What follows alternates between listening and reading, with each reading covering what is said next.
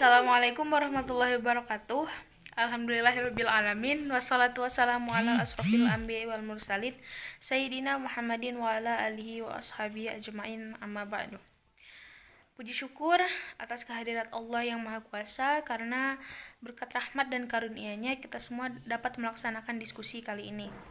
Shalawat serta salam senantiasa kita haturkan kepada baginda Rasulullah SAW, kepada para keluarganya, para sahabatnya. Semoga kita semua mendapatkan junjungan dan syafaat di hari akhir nanti. Amin.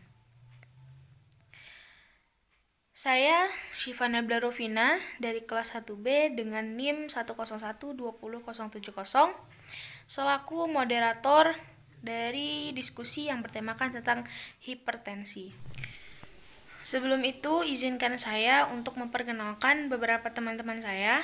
Pertama ada Riani Aprilianti, kedua Ailina Marwati Fitria, ketiga Tonasa Mimpatona Suherman, keempat Erina Oktaviani, kelima Arik Adrian, keenam saya sendiri Syifa Nabila Rufina, ketujuh Ernawati, kedelapan Muhammad Iqbal Rahmat Saputra, kesembilan Dea Rizkia Putria, dan yang terakhir Indri Rahmawati Sudarman.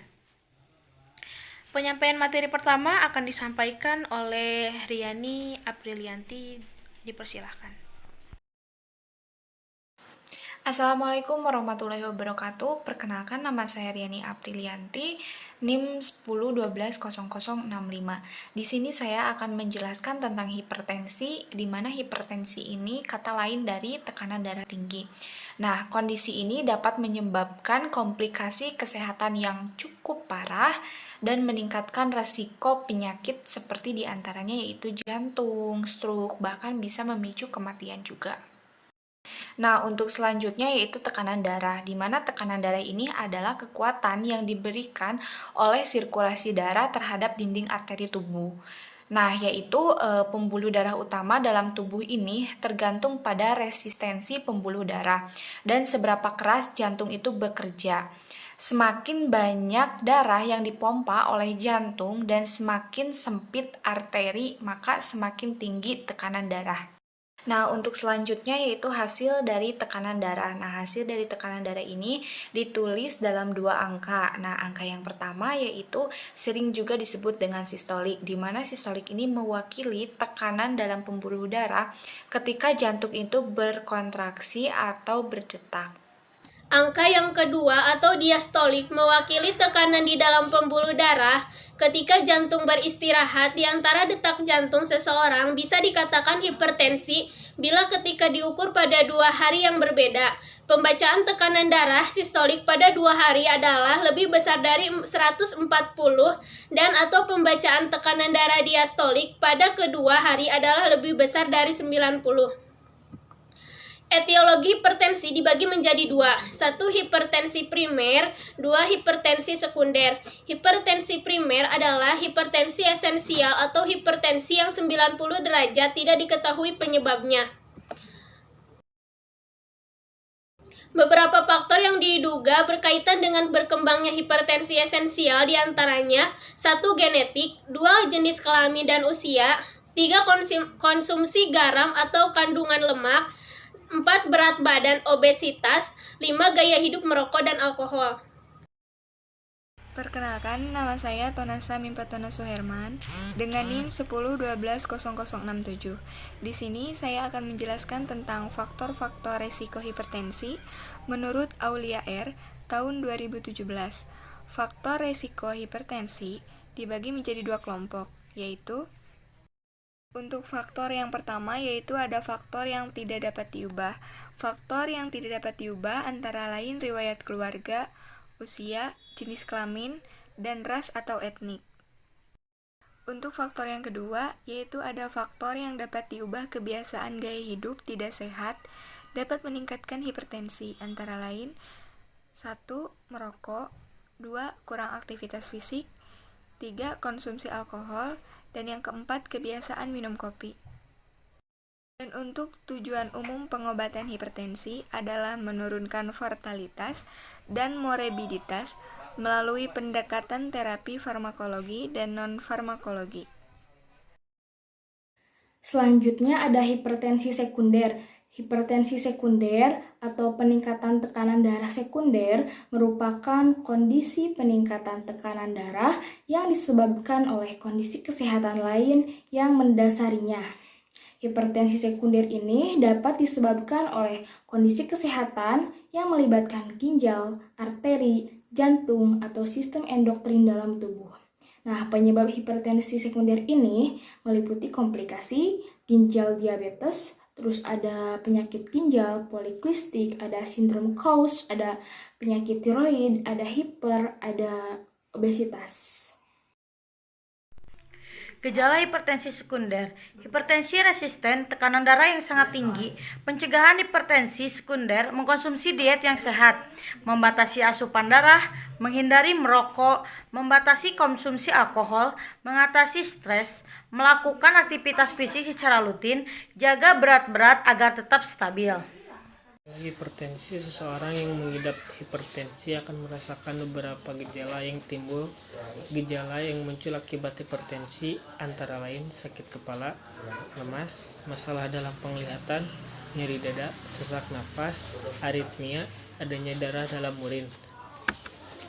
Selanjutnya, faktor resiko hipertensi seiring bertambahnya usia, kemungkinan mengidap hipertensi meningkat. Faktor yang mempengaruhi peningkatan resiko hipertensi antara lain berusia di atas 65 tahun, mengkonsumsi banyak garam, memiliki keluarga yang hipertensi, kurang makan buah sayuran, terlalu banyak minum kopi, terlalu banyak meminum minuman keras. Assalamualaikum warahmatullahi wabarakatuh.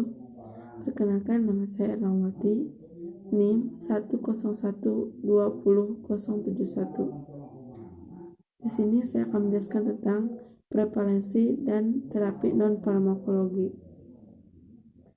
Prevalensi 1. Hipertensi terjadi pada usia 18 tahun ke atas, terjadi pada laki-laki maupun perempuan. Kedua, tempat yang paling umum yaitu sakit kepala dan nyeri dada. Ketiga, hipertensi merupakan penyakit yang bersifat mematikan karena 50-90% pasien tidak menyadari adanya penyakit hipertensi ini. Dan sebagian pasien malas minum obat, akhirnya terjadi komplikasi hipertensi. Akibat terjadinya komplikasi hipertensi ini mengakibatkan organ yang memiliki pembuluh darah rusak, seperti ginjal, otak, bahkan sampai ke arteri perifer. Selanjutnya, terapi non-farmakologi. 1. Mengendalikan pola hidup sehat, yaitu dengan diet rendah garam dan kolesterol. Kedua, menghentikan pemakaian zat yang membahayakan tubuh. Ketiga, istirahat yang cukup. Keempat, mengendalikan stres dan aktivitas fisik. Nama saya Arik Adrian, NIM saya 101269. Saya akan menjelaskan jenis obat diuretik, yaitu ada 2 jenis obat diuretik, antara lain diuretik tiazid. Obat jenis ini paling sering digunakan untuk mengobati tekanan darah tinggi. Contoh obat-obatan jenis tiazid antara lain adalah chlorothiazid, lalu chlorthalidone, lalu hydrochlorothiazid, metolazone. Selanjutnya, obat jenis ini juga sering diresepkan untuk mengobati pasien dengan gagal jantung. Contoh obat-obatan ini adalah yang pertama ada torsemid, yang kedua ada furosemid, yang ketiga ada bumetadin, dan yang keempat ada ethylenic acid. Kemudian yang kedua ada diuretik potasium sparing. Obat diuretik jenis ini diresepkan untuk orang yang beresiko memiliki kadar kalium rendah, seperti mereka minum obat-obatan lain dengan efek samping menguras kadar kalium dengan tubuhnya. Contoh diuretik ini adalah 1 ada amiloride, yang kedua ada spironolactone, yang ketiga ada triamteren, yang keempat ada eplerenone, Lalu efek samping ringan yang ditimbulkan dari diuretik potasium sparing ini adalah pertama sakit kepala, kedua pusing, ketiga haus, keempat gula darah meningkat, kelima kram otot, keenam peningkatan kolesterol, ketujuh ruam kulit, kedelapan haus, dan kesembilan diare. Kemudian efek samping berat yang akan timbul seperti reaksi alergi, gagal ginjal, dan detak jantung tidak teratur.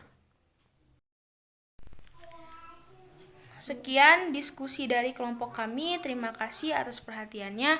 Mohon maaf apabila ada kesalahan baik dari kata dan ucapan-ucapan lain. Wassalamualaikum warahmatullahi wabarakatuh.